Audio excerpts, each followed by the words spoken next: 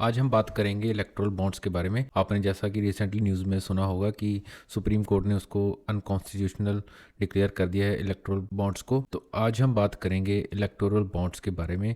आपने already news में सुन रखा होगा कि सुप्रीम कोर्ट ऑफ इंडिया ने उनको अनकॉन्स्टिट्यूशनल डिक्लेयर कर दिया है। तो चलो आज कुछ इंपॉर्टेंट बातों के बारे में बात करते हैं कि जो एग्ज़ाम में आ सकते हैं और या उन चीज़ों का आपको पता होना चाहिए। तो चलो शुरू करते हैं आज का वीडियो। तो सबसे पहले the supreme court of India has declared the electoral bond scheme introduced by the government in 2017 as unconstitution. तो मैंने ऑलरेडी आपको बता दिया है कि 2017 में गवर्नमेंट ने इसको इंट्रोड्यूस किया था इलेक्टोरल बॉन्ड्स को, और अभी सुप्रीम कोर्ट ने उनको अनकॉन्स्टिट्यूशनल डिक्लेयर कर दिया है। ठीक है, okay. So the next is the scheme which was announced in 2017 and notified in 2018 allowed anyone including companies to purchase electoral bonds from the State Bank of India and donate them to political parties that had polled more than 1% of the vote in the previous election.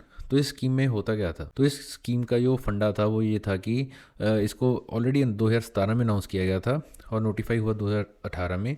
तो किसी को भी ये allow करता था, including even companies, कि आप electoral bonds को स्टेट बैंक ऑफ इंडिया से परचेज कर सकते हैं और जो भी आपकी मनपसंद पॉलिटिकल पार्टी है आप उसको डोनेट कर सकते। तो बेसिकली ये एक थोड़ा सा उन्होंने अनोनिमिटी के लिए ये स्कीम चलाई थी, but supreme court of India को ऐसा नहीं लगा और उन्होंने इसको अनकॉन्स्टिट्यूशनल डिक्लेयर कर दिया। So the judgment also nullified the government decision that companies can donate any amount of money to political party, removing the earlier ceiling of 7.5% of the company's average profits from the last 3 years. तो पहले ऐसा था कि एक cap थी कि 7.5% तक ही वो उनके प्रॉफिट को डोनेट कर सकते हैं, लेकिन गवर्नमेंट ने क्या किया था कि वो कितना भी पैसा है, कितना भी उनका जो प्रॉफिट हुआ वो इवन सारा भी डोनेट कर सकते हैं।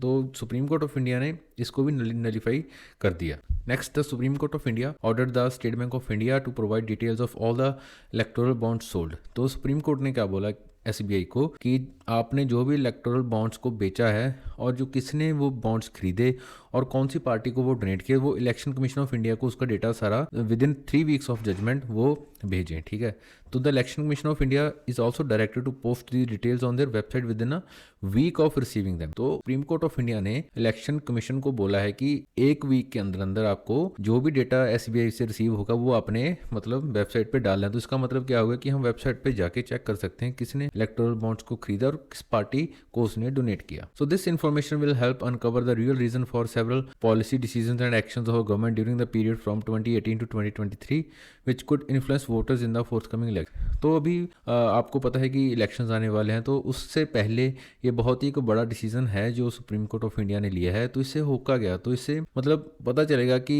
मान लो कितने ज़्यादा इलेक्टोरल बॉन्ड्स अगर किसी पार्टी को गए हैं, तो उससे मतलब अगर कोई कंपनी मान लो कुछ डोनेट कर रही है, ठीक है, पैसा, तो उसको तो प्रॉफिट चाहिए, राइट। तो अगर उसको प्रॉफिट चाहिए तो वो देखेंगे कि अभी उस कंपनी के लिए या वैसे कोई पॉलिसी डिसीजन या एक्शंस गवर्नमेंट ने क्या लिए हैं 2018 से लेके 2023 तक। तो ये पूरा का पूरा अनकवर हो सकता है अगर वो डेटा सारा का सारा इलेक्शन कमीशन ऑफ इंडिया की वेबसाइट पे आ जाता। The hearing revealed that the election commission of India had written a strong letter opposing electoral bonds, but during the hearing it made confusing statement. The court also found that the several government claims about the scheme were incorrect और violated by the government. तो इस supreme court of India की hearing में ये reveal हुआ कि election commission of India उसने एक बहुत ही स्ट्रॉन्ग लेटर लिखा था जिसमें वो अपोज कर रहे थे इलेक्टोरल बॉन्ड्स के बारे में, बट हियरिंग के दौरान उन्होंने कुछ ऐसे स्टेटमेंट्स दिए जो बहुत ही ज़्यादा कंफ्यूजिंग थे, मतलब वो इतने ज़्यादा स्ट्रॉन्ग नहीं थे। तो इसका रीज़न क्या था वो इलेक्शन कमीशन ऑफ इंडिया ही जाने। But the court also find that several government claims, तो कोर्ट ने ये भी